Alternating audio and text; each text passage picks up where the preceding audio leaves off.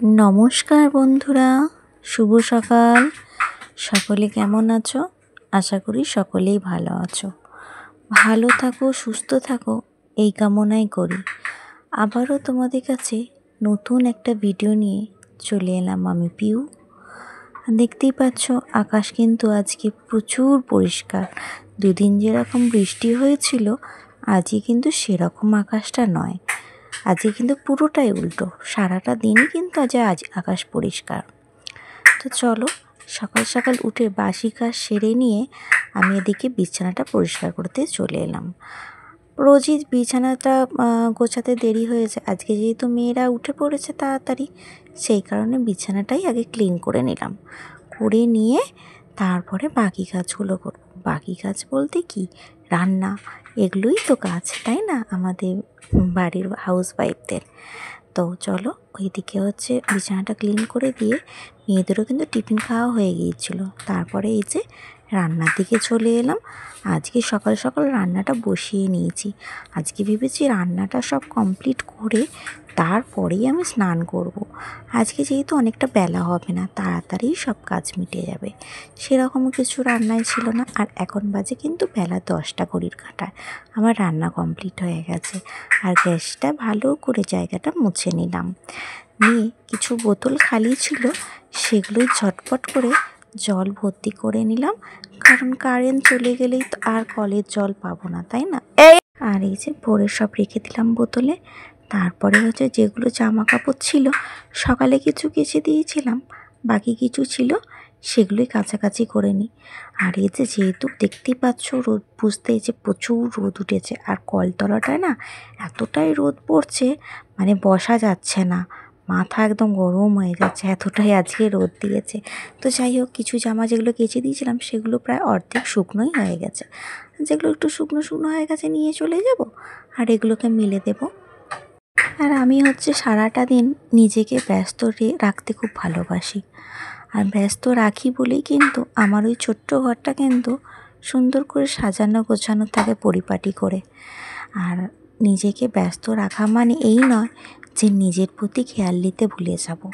নিজের প্রতিও খেয়াল নিই, ঠিক আছে, নিজের প্রতি বলো, সন্তানদের প্রতি বলো, আর আমার সংসারটা তো রয়েইছে, ওটার প্রতি তো খেয়াল নিতেই হবে, ওটা তো মেন সাবজেক্ট, তাই না।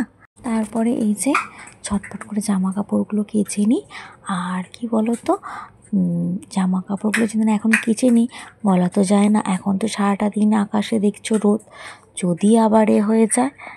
আর এদিকে দেখেছো রাস্তাটা এত শ্যাওলা হয়ে গেছে, খুব সাবধানে যেতে হচ্ছে। পা একটু স্লিপ খেয়ে গেলে না মানে পড়ে যাওয়া কি, মানে হাত পাতা একেবারে ভেঙে যাবেই একদম। আর বাবা, আমার সংসারে যদি আমার হাত পা ভেঙে যায় তাহলে আমার সংসারে কাজ হবে কি করে, তাই না। সেই জন্যে আমি খুব সাবধানে কাজ করি। আর এই যে জামা কাপড়গুলো মিলে নিয়ে আর যেগুলো একটু শুকনো শুকনো হয়েছে সেগুলো উল্টে পাল্টে একটু দেবো, তাহলেই তাড়াতাড়ি শুকনো হয়ে যাবে। জামা কাপড় যদি না উল্টে পাল্টে দেওয়া হয় জামা কাপড় তাহলে শুকনোই হবে না। এই যে দেখতে পাচ্ছ, আর এত বড় বড় রাস্তার ধারে কচু গাছ হয়ে গেছে না, মানে একটা মানুষ সমান দেখাই যায় না। তারপরে ওইদিকে তো দেখতে পেলে জামা কাপড়গুলো ক্লিন করে চলে এলাম। এসে এই যে যেগুলো রান্নার বাসনগুলো পড়েছিল এগুলো আর ওখানে নিয়ে যাইনি, এগুলো এখানে বসেই মাজলাম। যেহেতু আজকে রোদ উঠেছে তাই জন্য জামা কাপড়গুলো একেবারে ওখানেই নিয়ে চলে গিয়েছিলাম, কাছাকাছি করে মিলে দিয়ে চলে এসেছিলাম। সেই তো ওখানেই যেতে হবে সেই কারণে। আর বাসনগুলো এখানে ধুয়ে নিচ্ছি। বাসনগুলো ধুয়ে নিয়ে আর সেরকম কিছু কাজ নেই, স্নান করে নেব, স্নান করে পুজোটা করে নেব।